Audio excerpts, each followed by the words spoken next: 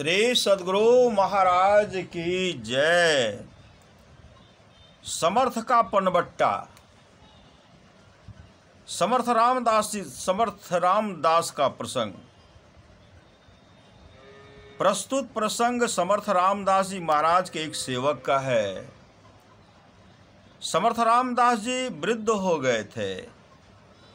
छत्रपति शिवाजी ने उनकी सेवा की व्यवस्था कर दी थी, उनके लिए सेवक नियुक्त कर दिए थे, परंतु समर्थ जी अपने विशेष कृपा पात्र से ही सेवा लेते थे। श्री समर्थ जी को प्रसाद भोजन लेने के पश्चात पान खाने की आदत थी। दांत न होने से पनबट्टे में कूटकर उन्हें दिया जाता था। एक दिन पान में कुछ चूना अधिक हो गया।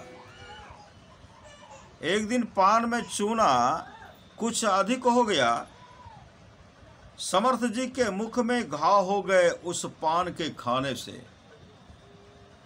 पान देने की सेवा जिसकी थी उसे समर्थ जी ने तो कुछ नहीं कहा, किंतु वह स्वयं बहुत दुखी हो गया। ऐसा कष्ट फिर गुरुदेव को न हो, इसका उपाय कौन सा है?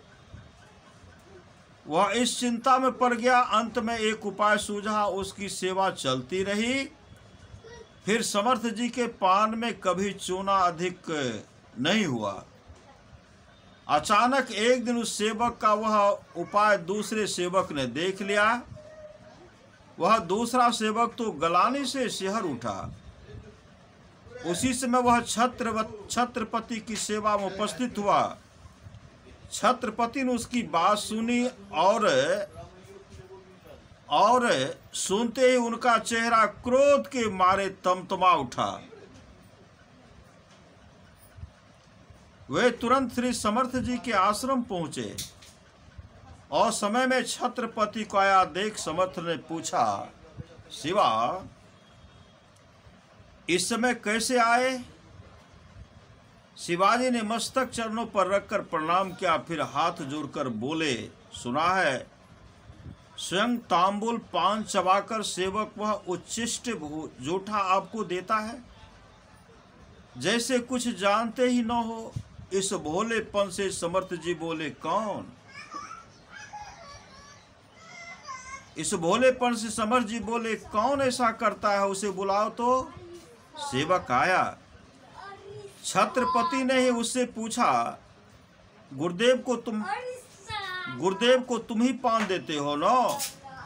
जिस पनबट्टे में पान कूटते हो, जरा वह पनबट्टा तो ले आओ। सेवक चला गया। कुछ देर में हाथ में एक थाल लिए वह लौटा।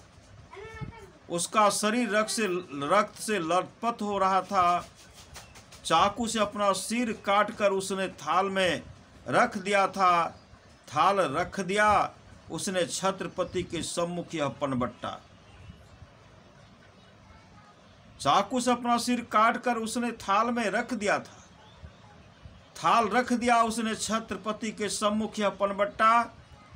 श्री समर्थ जी ने बड़े स्नेह से देखा, थाल में रखे सिर की ओर और उनके मुख से पान उठाकर अपने मुख में डाल लिया। सिर को धर पर रखकर आशीर्वाद दिया। वह सिर जुड़ गया। श्री सद्गुरु महाराज की जय।